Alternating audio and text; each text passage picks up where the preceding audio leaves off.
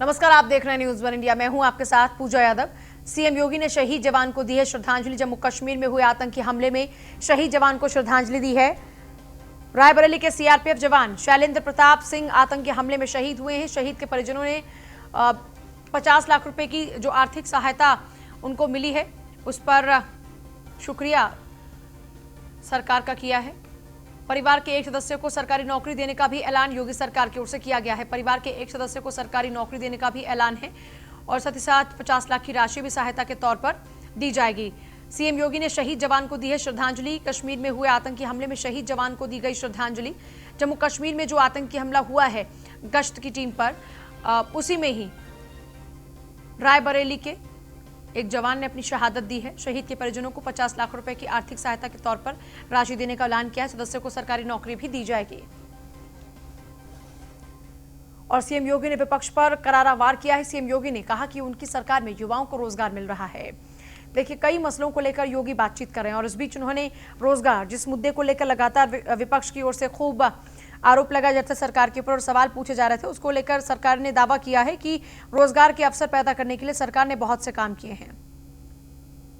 स्वाभाविक रूप से जब देश के अंदर आत्मगौरव और आत्मविश्वास जागृत करने का कार्य हो रहा हो, देश एक नई सकारात्मक ऊर्जा के साथ आगे बढ़ रहा हो, हर कार्यकर्ता, हर नौजवान, हर देशवासी के मन में एक नई ऊर्जा, एक नई स्फूर्ति देखने को मिल रही है, उन स्थितियों में विरोधी हाथ पे हाथ धरे हुए तो नहीं बैठेगा, वो साजिशें रचेगा, वह षड्यंत्र करेगा।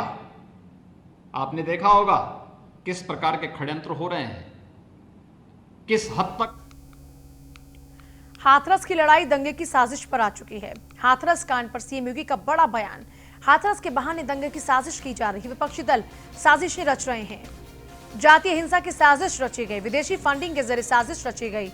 माहौल बिगाड़ने वालों से सख्ती से अब निपटा जाएगा। विरोधियों को यूपी का विकास दरअसल मंजूर नहीं है। योगी ने कहा, विपक्ष को पसंद है जर्जर और दंगाग्रस्त यूपी, लेकिन हम विकास की धारा को रुकने नहीं देंगे।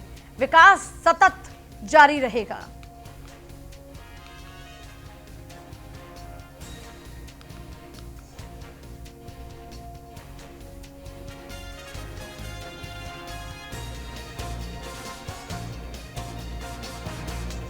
हाथरस में बेटी को इंसाफ दिलाने की आड़ में दंगे की साजिश रची जा रही थी। ये कुछ इनपुट्स कहते हैं, एजेंसीज बताती हैं, सुरक्षा एजेंसीज। इसके साथ साथ सरकार का दावा यह है कि विपक्ष को जर्जर और दंगाग्रस्त यूपी चाहिए, लेकिन हम विकास की यात्रा को थमने नहीं देंगे। हाथरस की लड़ाई अब दंगे की साजिश पर आ चुकी है। हाथरस केस में यूपी सरकार का दावा है कि साजिश के तहत ही जस्टिस फॉर हाथरस वेबसाइट बनाई गई। वेबसाइट में फर्जी आईडी से हजारों लोगों को जोड़ा गया। एंटी-सीए प्रदर्शन की तर्ज पर ही विरोध प्रदर्शन फैलाने की साजिश थी। वेबसाइट का मुख्य लक्ष्य सीएम, पीएम और सरकार की छवि को खराब करना था। वेबसाइट में यह बताया गया कि दंगे कैसे करें, फिर दंगों के कैसे बचें। वेबसाइट में बताया गया प्रदर्शन के वक्त क्या पहने, कब किधर भागे, सोशल मीडिया पर कोई रिकॉर्डिंग ना डालें और अगर पुलिस लाठीचार्ज करती है तो क्या हो, प्रदर्शन वाली जगह पर अगर माहौल भड़के तो उससे कैसे निपटा जाए।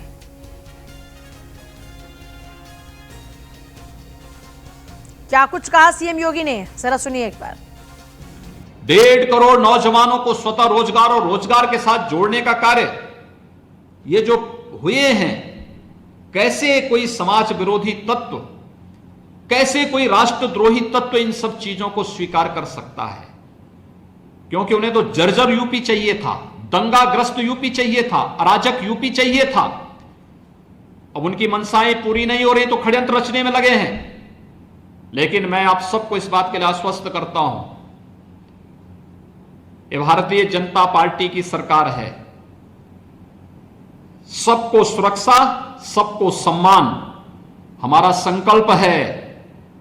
लेकिन अगर कोई माहौल बिगाड़ने का कार्य करेगा तो सख्ती के साथ उससे निपटने की भी एक दृढ़ इच्छा शक्ति के साथ हम कार्य करने के लिए पूरी प्रतिबद्धता के साथ कार्य कर रहे हैं।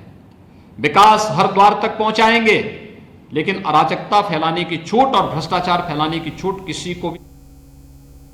हाथरस कांड से जुड़ी सबसे बड़ी खबर, नफरत फैलाने की एक और साजिश का भंडाफोड़ हुआ। कांग्रेस का पूर्व पार्षद और वरिष्ठ नेता रंगे हाथों गिरफ्तार हुआ। लखनऊ के हजरतगंज में कांग्रेस का पूर्व पार्षद गिरफ्तार हुआ। आपत्तिजनक और बेहद भड़काऊ पोस्टर्स के साथ गिरफ्तार हुआ है। गाड़ी में बड़ी संख्या में पोस्टर्स भी उसके पास से बरामद हुए हैं। ये तस्वीरें आपको दिखा रहे हैं। कांग्रेस का पूर्व पार्षद और वरिष्ठ नेता रंगे हाथों गिरफ्तार हुआ। लखनऊ के हजरतगंज में कांग्रेस का पूर्व पार्षद गिरफ्तार हुआ। प्रियंका वाड्रा का बेहद करीबी बताया जा रहा है ये गिरफ्तार कांग्रेसी नेता। आपत्तिजनक और बेहद ही भड़काऊ पोस्टर इसके पास में थे। गाड़ी में बड़ी संख्या में पोस्टर्स बरामद हुए हैं। नफरत फैलाने की एक और साजिश का हुआ भंडाफोड़। प्रियंका वाड्रा का बेहद करीबी बताया जा रहा है गिरफ्तार हुआ कांग्रेसी नेता। नफरत फैलाने की एक और साजिश हुई नाकामयाब और उसका भंडाफोड़ भी हुआ। कांग्रेस का पूर्व पार्षद और वरिष्ठ नेता रंगे हाथों गिरफ्तार हुआ है।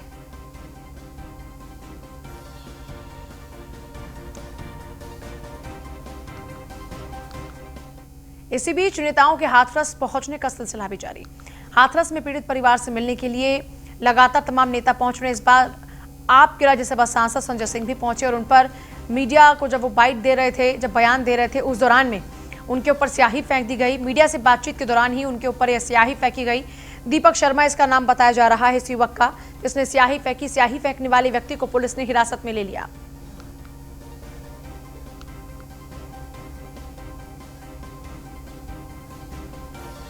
पीड़ित परिवार पूरी तरह से दहशत में है। नीचे कर दो यार। और न्याय की थोड़ा नीचे हाथ तो उम्मीद नहीं है, क्योंकि योगी जी की सरकार बीएफआई के दलालों वापस जाओ, वापस जाओ, वापस जाओ। बीएफआई के दलालों वापस जाओ, वापस जाओ, वापस जाओ। बीएफआई के दलालों वापस जाओ, वापस जाओ, वापस जाओ। बीएफआई के दलालों वापस जाओ, बीएफआई के दलालों वापस जाओ।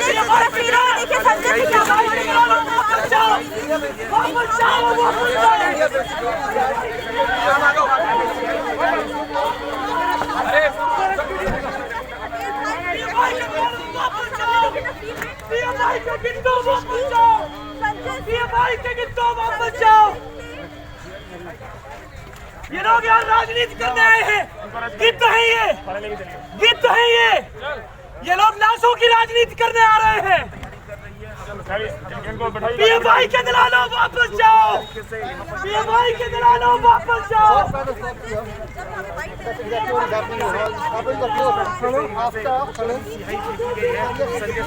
संजय सिंह यहाँ से निकल चुके हैं संजय सिंह। आप यहाँ तस्वीरों में देख सकते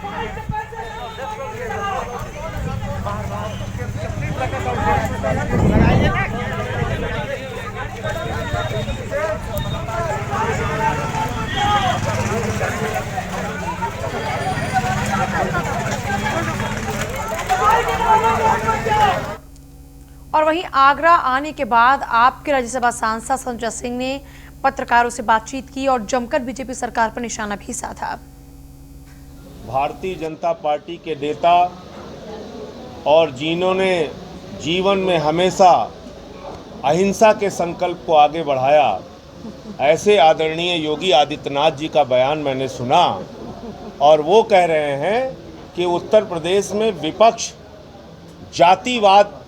जातिवादी हिंसा फैला रहा है और भाजपाई नेता कह रहा है कि विपक्ष सांप्रदायिक दंगे करा रहा है। माने जिस पार्टी का ऊपर से लेके नीचे तक इतिहास रहा है सांप्रदायिक दंगे कराने का, नफरत फैलाने का, जिस योगी आदित्यनाथ का नंगा नाच जातिवाद फैलाने का चल रहा है उत्तर प्रदेश में, वो कह रहा है कि विपक्ष जातिवादी हिंसा कराना चाहता है। का केस दिल्ली या किसी दूसरे राज्य में ट्रांसफर होना चाहिए और जो सीबीआई की इंक्वायरी है वो सुप्रीम कोर्ट के जज के अंडर में मॉनिटरिंग के साथ होनी चाहिए। तिया का केस दिल्ली या किसी दूसरे राज्य में ट्रांसफर होना चाहिए और जो सीबीआई की इंक्वायरी है वो सुप्रीम कोर्ट के जज के अंडर में मॉनिटरिंग के साथ होनी चाहिए। भारतीय जनता उत्तर प्रदेश में हाथरस कांड को लेकर लगातार प्रदर्शन जारी। एक तरफ जहां राजनीतिक पार्टियों ने मामले में प्रदर्शन किया, वहीं दूसरी ओर कई अन्य संगठनों ने भी हाथरस कांड को लेकर प्रदर्शन किया। इस कड़ी में आज यूपी में कानपुर में 2 अलग अलग जगहों पर और गाजियाबाद में प्रदर्शन हुआ और हाथरस की बेटी के लिए इंसाफ की मांग की गई।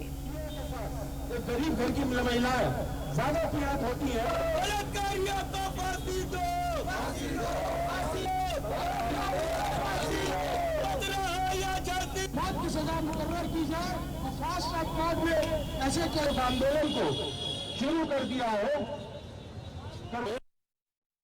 वैश्य महासंगठन पिछले 1.5 साल से, जब से डॉक्टर रेड्डी की हत्या हुई थी, और तब से हम लोग लगातार एक सख्त नारी सुरक्षा कानून के लिए प्रयासरत हैं।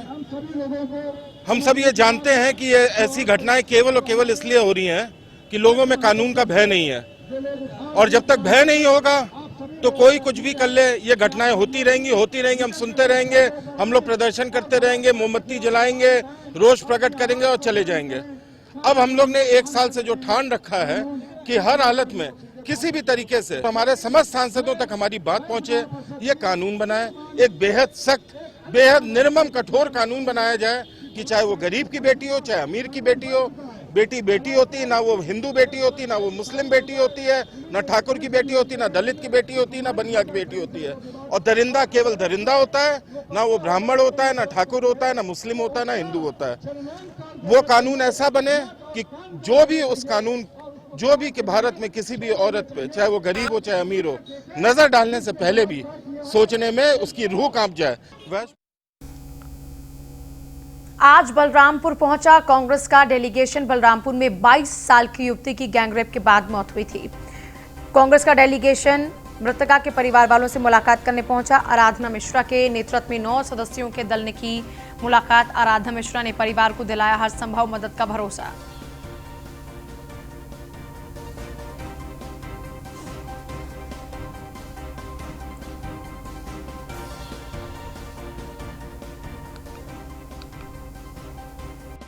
सबसे बड़ी दुख की बात यह है कि उत्तर प्रदेश की भारतीय जनता पार्टी की सरकार में जिसने नारा दिया था बेटी पढ़ाओ बेटी बचाओ, आज सबसे ज़्यादा अगर पीड़ित और प्रताड़ित कोई है तो उत्तर प्रदेश की बेटियां हैं। बलरामपुर की बेटी के साथ जो दुखद घटना हुई उसको मैं इसलिए और भी दुखद मानती हूँ कि जब हाथरस की बेटी की चिता जल रही थी और अग्नि शांत भी नहीं हुई थी 24 घंटे के अंदर, उसी तरह की एक घटना बलरामपुर में होती है।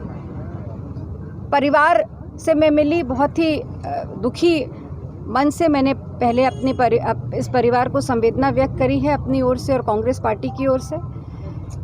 आदरणीय प्रियंका गांधी जी के निर्देश पर ये प्रतिनिधि मंडल कांग्रेस कमेटी का आया है, ये आश्वस्त करने इस परिवार को कि जिस तरह से उन्नाव की बेटी का संघर्ष कांग्रेस पार्टी ने किया, हाथरस की बेटी के लिए हमने संघर्ष किया है, बलरामपुर की बेटी को भी उसका अधिकार, उसके साथ न्याय कराने के लिए हम पूरी तरह से वचनबद्ध हैं। सौरभ मिश्रा है हमारे साथ, हमारे संवाददाता।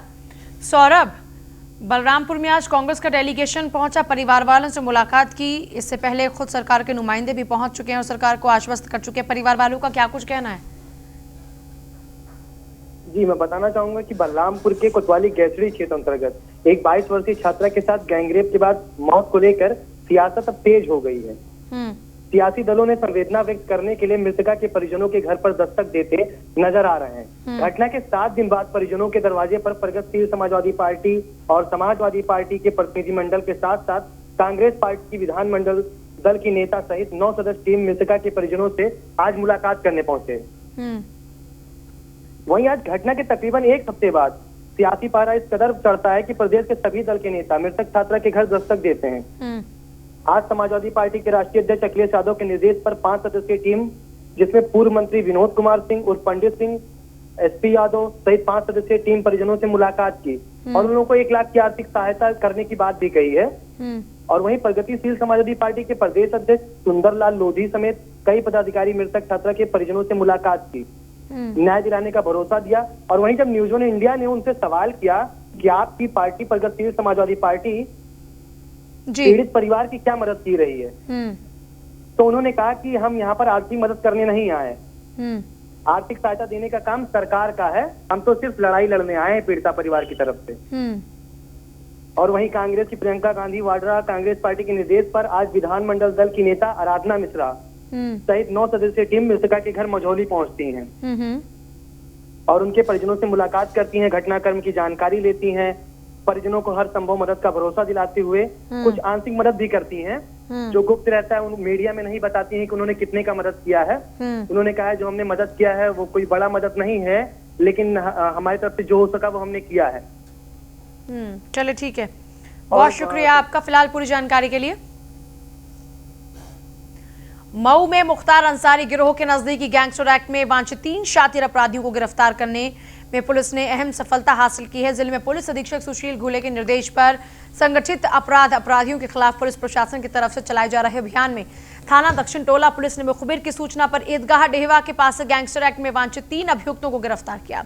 इसमें अबू रफी आजमी है, जियाउल रहमान है और रशीद अहमद, इनकी गिरफ्तारी हुई है। दरअसल गैंग लीडर अबू रफी समेत 3 शातिर किस्म के अपराधी हैं जो गैंग बनाकर अवैध तरीके से जमीन कब्जेदारी करने के अपराध में संलिप्त रहते हैं और अवैध तरीके से जमीन कब्जेदारी जैसे अपराध करते थे। सीओ सिटी नरेश कुमार ने बताया कि गिरफ्तार तीनों अभियुक्तों पर सरकारी जमीन पर अवैध रूप से कब्जा करके जमीन हड़पने के आरोप थे। ये तीनों अपराधी मुख्तार अंसारी गिरोह के लिए काम कर रहे हैं।